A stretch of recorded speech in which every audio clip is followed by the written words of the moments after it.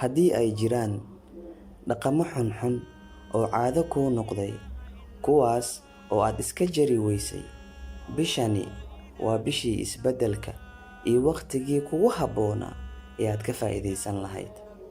Haddaba si aad isbeddel u samayso, waxaad samaysaa sida tan soo socota. Ka toobadkeen dembiyadaadii hore.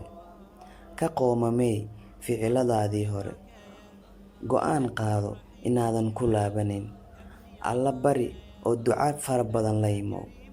Niyeyso inaad isbeddelayso. Adkaysi iyo dulqaad muuji. Quraanka aad u aqri. Saaxiibada xunxun ka har. Badi xasuusta dhimashada iyo maalinta aakhiro. Waa hubaal haddii intaas laga helo noloshaada in isbeddel weyn aad samayn doonto insha Allah.